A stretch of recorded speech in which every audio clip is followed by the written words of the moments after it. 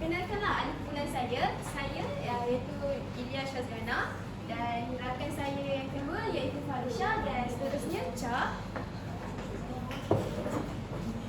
Cik Siti Syakira. Okey, dalam pembentangan ini kami sekumpulan akan membentangkan 3 tajuk utama. Yang pertama iaitu yang akan dibentangkan oleh saya, iaitu konsep perlembagaan sebagai asas pembinaan jati diri dan negara, dan seterusnya akan dibentangkan oleh Nur Farisha, iaitu usaha-usaha ke arah integrasi nasional, dan seterusnya akan dibentangkan oleh Cha, iaitu cabaran dalam hubungan etnik. Baiklah, yang pertama sekali, tugas saya iaitu saya akan menerangkan iaitu konsep perlembagaan sebagai asas pembinaan jati diri dan negara bangsa. Dalam topik dan juga tajuk ini, saya akan memperjelaskan satu persatu seperti mana grup yang sebelum ini, iaitu menerangkan apakah itu perlembagaan jati diri untuk membentuk konsep negara bangsa. Okey, fokus utama yang akan saya terangkan iaitu asas pembinaan negara bangsa. Kita kena tahu apakah itu negara bangsa, apa yang kita nak capai dalam negara ini, dan seterusnya iaitu asas pembinaan jati diri dan juga konsep perlembagaan. Baiklah, soalan yang pertama yang saya akan berikan kepada rakan-rakan sekalian, kita dah tahu kan perlembagaan itu apa. Jadi saya nak salah seorang berikan definisi perlembagaan. Siapa nak tawarkan diri dia untuk menjawab sebelum saya pilih? Okey, saya nak 3 jawab boleh?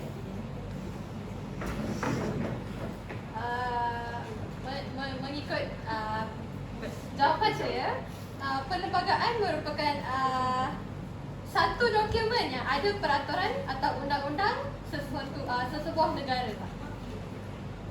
Okey, betul. Terima kasih, Tia. Okey, yang pertama saya nak tanya, adakah rakan-rakan tahu perlembagaan ini fungsinya untuk apa? Ada siapa-siapa tahu? Apa dia ni? Bidang kuasa. Lagi? Paling utama, dia menyatakan apa dalam perlembagaan? Dokumen. Okey. Susunan peraturan. Okey, betul. Terima kasih semua rakan-rakan. Okey, untuk jawapan yang akan berdasarkan soalan yang pertama tadi, iaitu perlembagaan ini merupakan satu dokumen yang kita tahu, yang buku merah yang tebal tu mengandungi semua susunan peraturan dan undang-undang. Dan perlembagaan ini juga berperanan untuk bidang kuasa pemerintahan, bentuk sesebuah kerajaan dan juga hak-hak rakyat. Okey, ini penerangan bagi konsep perlembagaan. Kita sebagai rakyat Malaysia, perlu tak kita patuh pada perlembagaan? Perlu. Wajib tak kita sebagai rakyat Malaysia patuh pada perlembagaan? Okey, jadi dalam perlembagaan ini ada beberapa perkara yang kita tak boleh bangkitkan isu. Yang pertama iaitu Islam sebagai agama rasa persekutuan. Seterusnya, hak istimewa Raja-Raja Melayu dan juga hak istimewa orang Melayu, dan bahasa Melayu sebagai bahasa kebangsaan, dan yang kelima, hak pengisytiharaan darurat. Tetapi pada masa kini kita lihat banyak sangat isu-isu yang berbangkit berkaitan dengan perlembagaan. Antara salah satunya iaitu bahasa Melayu sebagai bahasa kebangsaan. Masih lagi terdapat, terutamanya kita ambil contoh yang dekat lah dalam bidang pendidikan. Banyak lagi yang mengaitkan berkaitan dengan bahasa kebangsaan, mengaitkan bahasa Melayu tidak boleh digunakan dan sebagainya. Dan salah satu contohnya lagi yang sering kali berlaku lah, contoh macam kita nak cari kerja part time kan, kita nak pergi cari dekat kerja yang syarikat Cina ke dan sebagainya. Kebanyakannya mereka hanya memilih pekerja yang mempunyai berkemahiran dalam bahasa Cina. Tetapi benda ni saya tak kata salah, sebab ini kemahiran kedua, kemahiran berbahasa yang kedua. Tak salah kalau kita ada kemahiran lebih, tapi sepatutnya isu ni tak perlulah berbangkit. Sebabnya bahasa Melayu kan bahasa utama. Jadi sepatutnya kita sebagai rakyat Malaysia perlulah mahir dalam bahasa Melayu dan juga menaikkan diri untuk menjadikan bahasa Melayu bahasa yang utama. Bukan kita utamakan bahasa Inggeris, tapi kita lah sebagai rakyat Malaysia yang perlu menggunakan bahasa Melayu di pesada dunia. Okey. Seterusnya saya akan terangkan latar belakang Perlembagaan Persekutuan. Yang pertama, Perlembagaan Persekutuan ini kita kena tahu ianya diubal oleh Suruhanjaya Perlembagaan pada Mac 1956 dan diketuai oleh Lord Reid dan dianggotai oleh 4 orang hakim negara Commonwealth, iaitu Sir Ivor Jennings daripada Britain, Sir William McHale Australia, Hakim bin Malik daripada India, Hakim Abdul Hamid dari Pakistan. Seterusnya, daripada Perlembagaan Persekutuan ini, yang pertamanya ini bagaimanakah Perlembagaan Persekutuan ini ditubuhkan, dari mana Suruhanjaya ini mengemukakan rangka Perlembagaan Persekutuan Tanah Melayu yang merdeka pada bulan Februari 1997. Okey, rangka perlembagaan itu seterusnya dikaji dan juga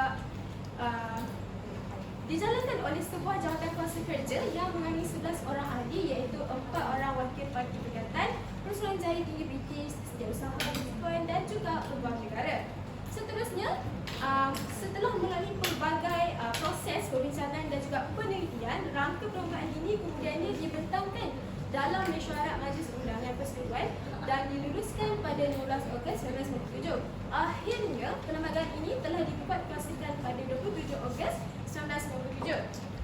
Perlembagaan Persekutuan ini kini mengandungi 183 perkara yang terbahagi kepada 15 bahagian. Perlembagaan ini mengandungi pelbagai perkara seperti kuasa kerajaan, beberapa peruntukan tentang kewarganegaraan, agama rasmi dan sebagainya. Okey, soalan yang kedua saya nak tanya. Kawan-kawan tahu tak apakah itu kepentingan jati diri dan negara bangsa? Siapa boleh jelaskan apakah itu jati diri yang awak semua faham?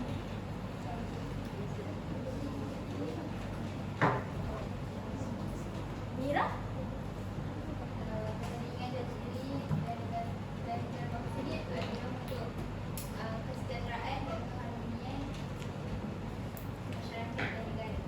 Terima kasih Mira. Okey, jawapan bagi itu iaitu yang pertama, kenapa kita perlukan jati diri, iaitu yang pertama untuk kestabilan politik, keharmonian negara dan juga kesejahteraan sosial. Bayangkan kalau kita rakyat Malaysia tak ada jati diri, apa yang akan jadi dekat negara kita?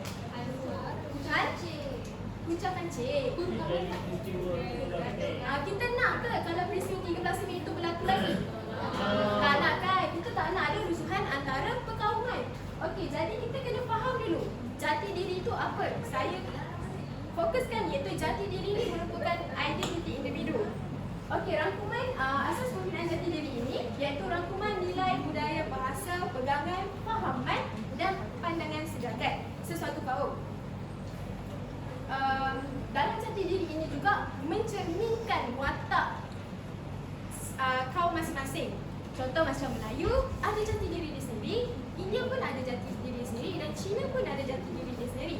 Okey, jati diri ini pula adalah unsur-unsur kehidupan yang mencerminkan lahiriah individu atau masyarakat. Dalam pengertian sahihnya, jati diri ini adalah identiti individu, masyarakat dan negara bangsa yang mempunyai sifat-sifat keutuhan yang dibanggakan.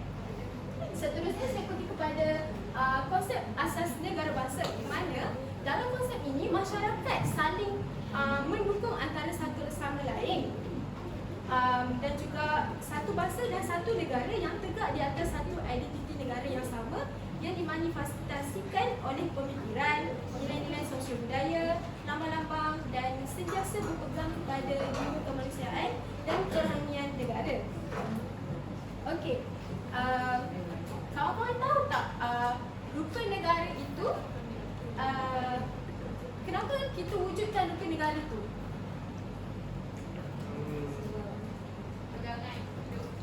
Pegangan? Okey, dalam rupa negara tertera, benda apakah yang tertera dalam rupa negara?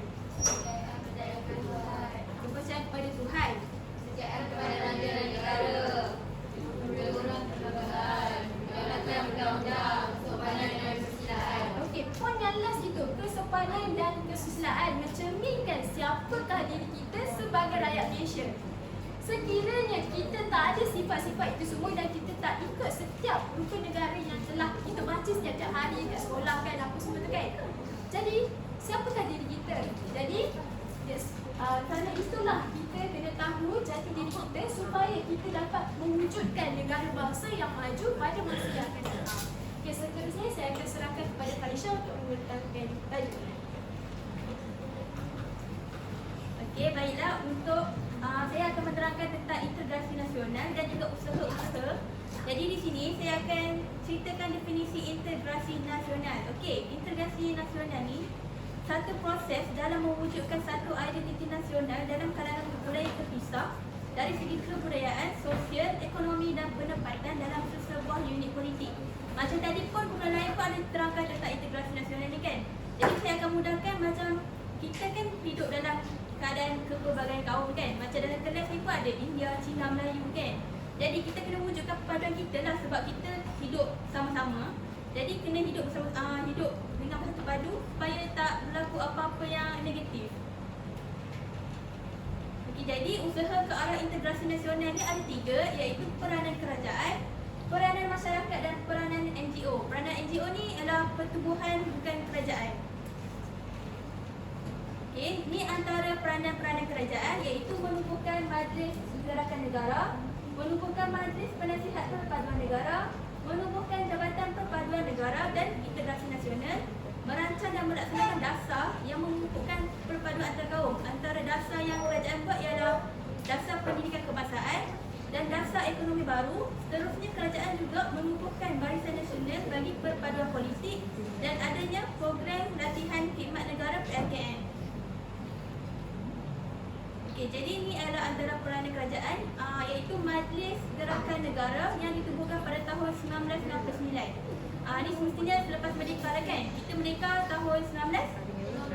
Okey, betul. Okey, jadi tujuan majlis ni ditubuhkan untuk menangani permasalahan yang timbul ekoran tragedi 13 Mei 1969. Macam kita tahu, 13 Mei ni adanya insiden kerusuhan kaum yang terjadi selepas pilihan raya umum ke-12. Okey, jadi pengarah untuk Majlis Gerakan Negara ni adalah Tun Abdul Razak. Tun Abdul Razak iaitu Perdana Menteri kedua dan ahlinya terdiri daripada Tun Dr. Ismail, Tan Sri Ghazali Syafi'i, Tunku Osman Muhammad Lewa. Okey, fungsi majlis ni ialah untuk mengawal ketenteraman, untuk melincirkan pentadbiran dan adanya saling percaya antara kaum. Okey, selepas tertubuhnya Majlis Gerakan Negara ni ada tertubuhnya Majlis Perundingan Negara dan Jabatan Perpaduan Negara pula ditubuhkan selepas Majlis Gerakan Negara ni iaitu pada tahun 1970. Okey, seterusnya saya akan bergerak ke dasar ekonomi baru. Okey, dasar ekonomi baru ni adalah satu bentuk perancangan yang dilancarkan oleh kerajaan dalam tahun 1970 melalui rancangan Malaysia Kedua. Okey, DEP ni bertujuan untuk memupuk perpaduan negara melalui pengagihan pendapatan dan peluang ekonomi yang seksama dalam kalangan semua rakyat Malaysia. Okey, dia ada dalam DEP ni ada strategi serampang dua mata. Apa dia strategi serampang dua mata ni? Ada 3, iaitu untuk pembasmian kemiskinan tanpa mengira kaum dan penyusunan semula masyarakat supaya pengenalan etnik mengikut fungsi ekonomi dapat dihapuskan. Okey, saya akan bertanyakan soalan.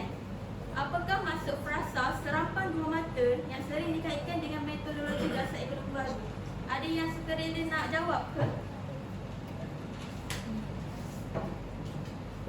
Kalau tak ada, saya akan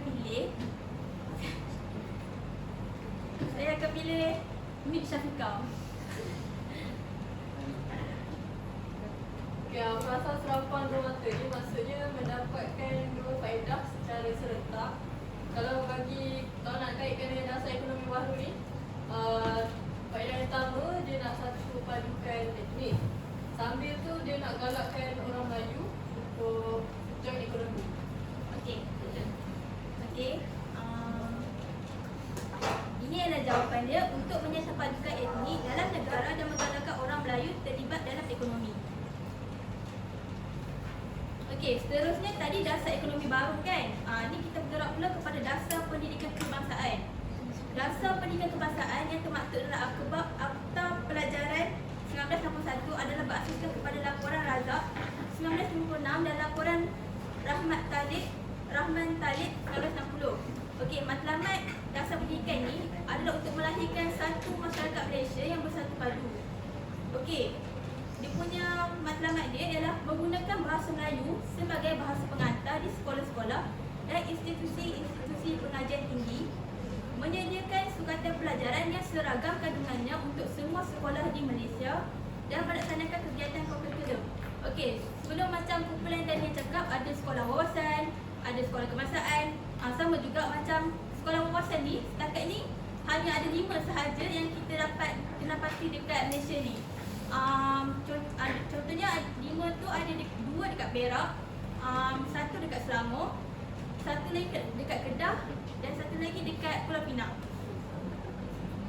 Okey, sekolah wawasan ni macam yang kita tahu, dia ditubuhkan macam dia gabungkan ketiga-tiga sekolah, iaitu sekolah kebangsaan, sekolah SDKT, SDKC di satu tempat dan menghubungkan dan membina sebuah jabatan. Contohnya macam untuk menghubungkan sekolah-sekolah ni, kiranya tak perlu pun untuk hasilkan satu sekolah, tapi dia cuma menggabungkan. Kalau macam ada rehat, perayaan atau apa-apa, semua sekolah ni akan dicampurkan menjadi satu. Okey, seterusnya saya akan bergerak kepada peranan masyarakat. Peranan masyarakat ni, masyarakat tu rakyat lah kan, macam kita-kita ni. Contohnya, semangat patriotik dan sayang kepada negara, mengeratkan perpaduan. Contohnya kumpulan tugasan pelajar IPT mempunyai pelbagai etnik. Macam yang kita dekat IPG, selalu kadang-kadang dalam kumpulan kita mesti kena ada kaum Cina, India, Melayu juga, untuk adanya perpaduan dalam satu kelas tu. Okay, seterusnya saling pemaafan antara satu sama lain.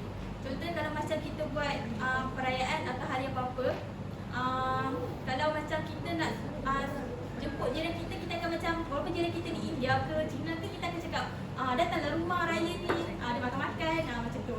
Ataupun macam Perdana Menteri kita buat, dia buat rumah terbuka. Jadi semua ni bukan dia jemput kaum Melayu je untuk rumah terbuka raya Aidilfitri kan, dia akan jemput semua rakyat Malaysia untuk datang.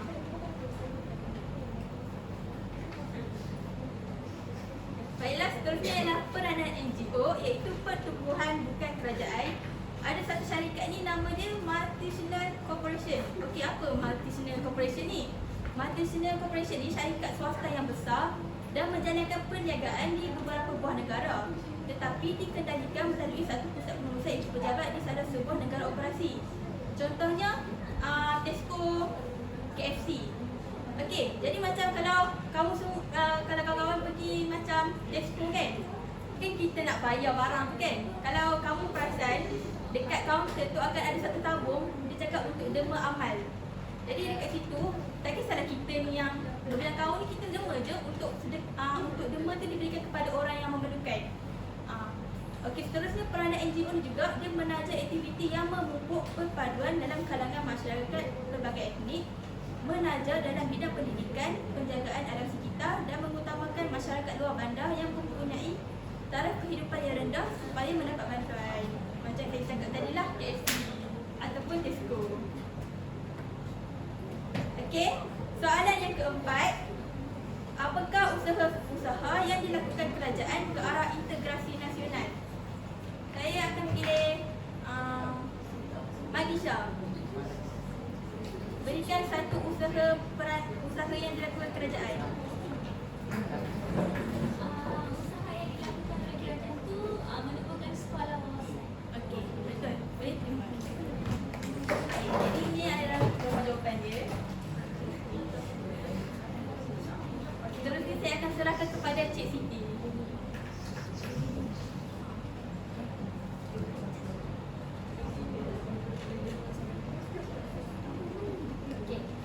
Seterusnya saya nak bentangkan video dulu sebelum saya masuk ulaskan kepada cabaran-cabaran.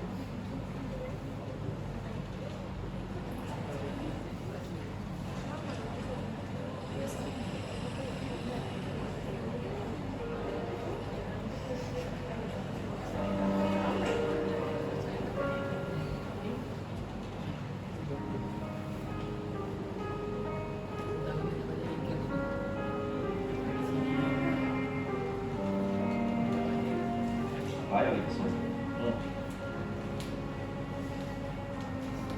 啲字好細啊，我睇唔清。哦，我幫你讀啦。Dear Tuan and Arun, this is Ismail. Hi, Who is that? 3 of us are good friends. After we finished school, we left for KL. Since then, we never heard from him again.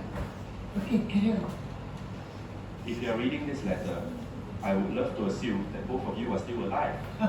Still like to joke. My youngest granddaughter asked what things would be like during the breakup. And needless to say, It brought back memories of our little adventure.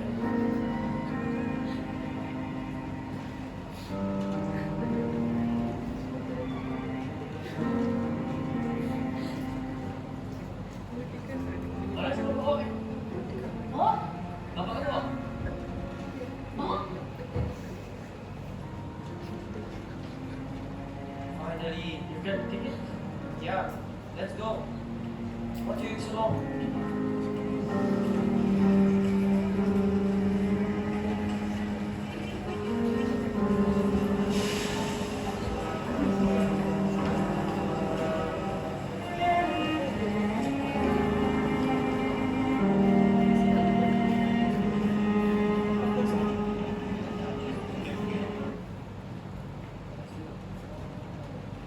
Daripada video ni kita boleh nampak bahawa mereka ni walaupun berlainan kaum tapi mereka kawan daripada kecil sehingga ke besar.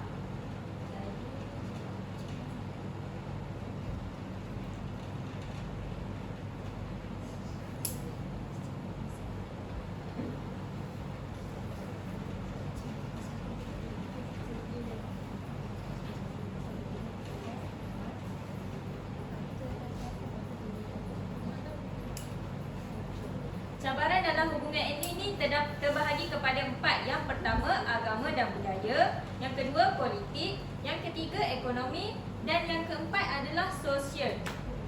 Okey, agama, adat istiadat serta budaya ni cabaran yang pertama iaitu setiap etnik mempunyai agama, adat istiadat, bahasa dan kebudayaan yang berlainan. Sebagai contoh, dalam kita punya dekat Malaysia ni, agama Islam, agama Buddha, agama Hindu semua.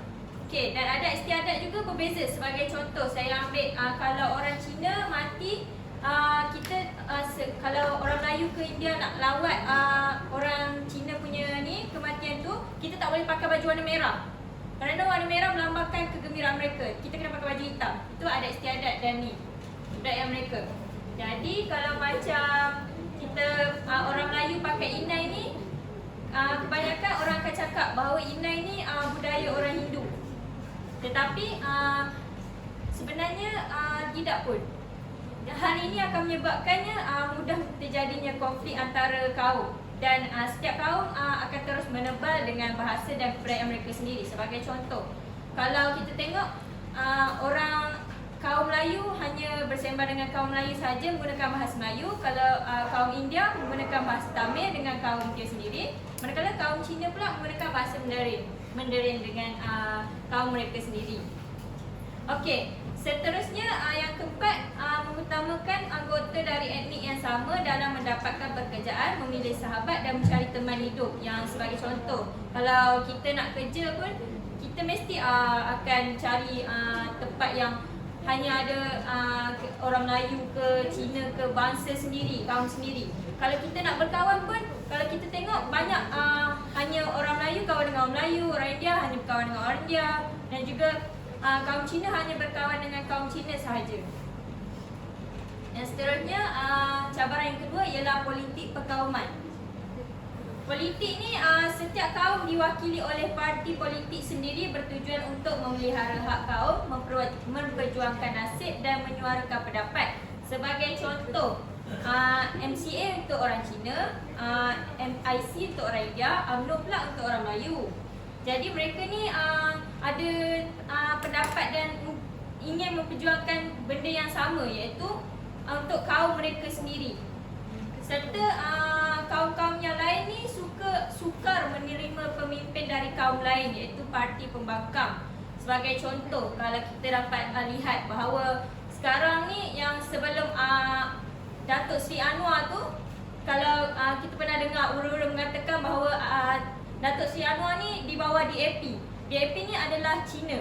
Jadi orang Melayu kebanyakannya takut nak sokong Datuk Seri Anwar kerana takut apabila Anwar ni naik, DAP akan mempengaruhi Malaysia.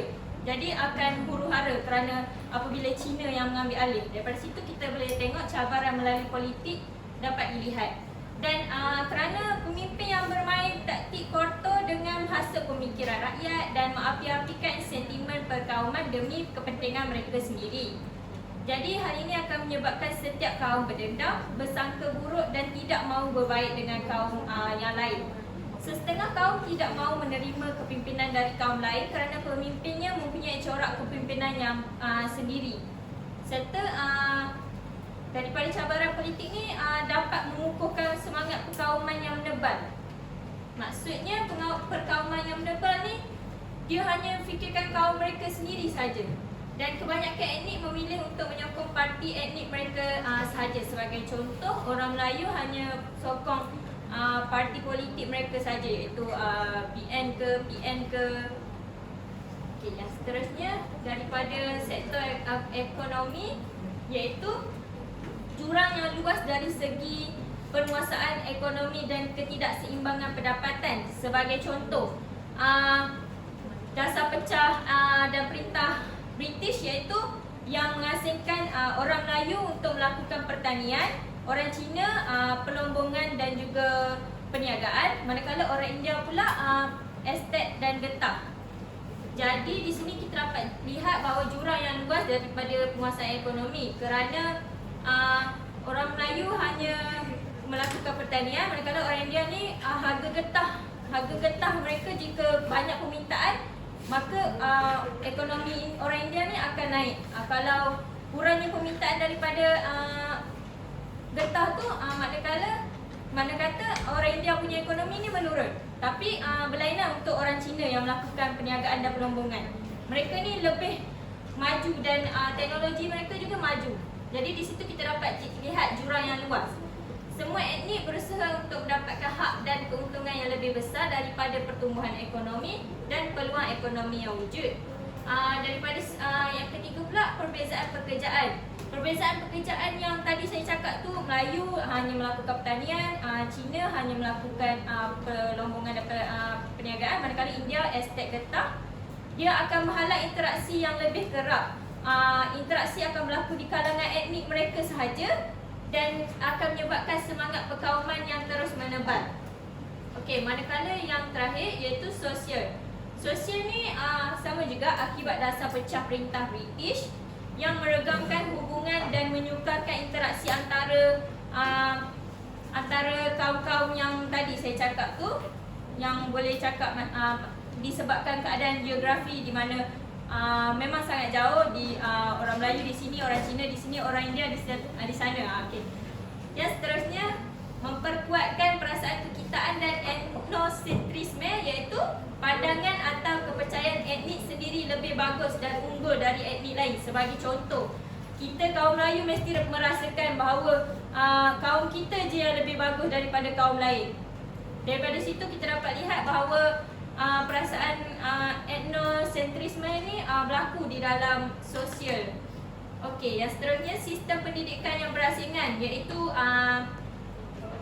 setiap golongan etnik mempunyai sistem pendidikan yang tersendiri, di mana sekolah macam sekolah orang Melayu, sekolah kebangsaan, untuk sekolah kebangsaan untuk sekolah orang Melayu, sekolah jenis Tamil untuk orang India, sekolah jenis kebangsaan Cina pula untuk orang Cina, yang akan menyebabkan memisah pelajar mengikut bahasa ibunda mereka dan menyebabkan interaksi berkisarkan di kalangan etnik mereka sendiri sahaja. Mereka akan susah untuk mencari kawan sama ke kaum lain sebab mereka hanya berada di sekolah mereka sahaja. Sekolah kaum Melayu di mana kaum Melayu sahaja, kaum Cina di mana kaum Cina sahaja. Soalan yang terakhir, Apakah faktor yang menyebabkan berlakunya masalah sosio-ekonomi pada awal kemerdekaan yang membawa kepada peristiwa hitam dalam sejarah perpaduan negara, iaitu rusuhan kaum pada 13 Mei 1969? Siapa boleh jawab?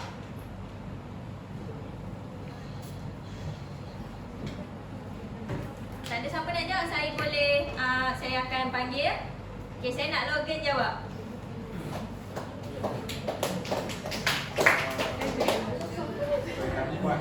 Kita dapat beberapa jurang ekonomi dalam etnik. Okey, betul. Okey, ini jawapan dia. Masalah jurang pencapaian ekonomi di dalam kalangan masyarakat Melayu dan bukan Melayu iaitu ketidakseimbangan pengagihan, pendapatan, pelajaran dan status sosial antara kaum etnik. Okey, kesimpulannya, pembangunan negara bertujuan untuk mencapai kesejahteraan rakyat supaya semua rakyat tanpa mengira kaum dapat menikmati kehidupan yang sempurna. Dengan demikian, dasar-dasar pembangunan dibentuk untuk mewujudkan satu masyarakat yang bersatu padu. Usaha-usaha yang dilakukan masyarakat yang bersatu, usaha-usaha pembangunan ekonomi adalah bertujuan untuk menurunkan lagi jurang perbezaan antara kaum, wilayah dan negeri agar integrasi nasional dapat dicapai. Sekian, terima kasih.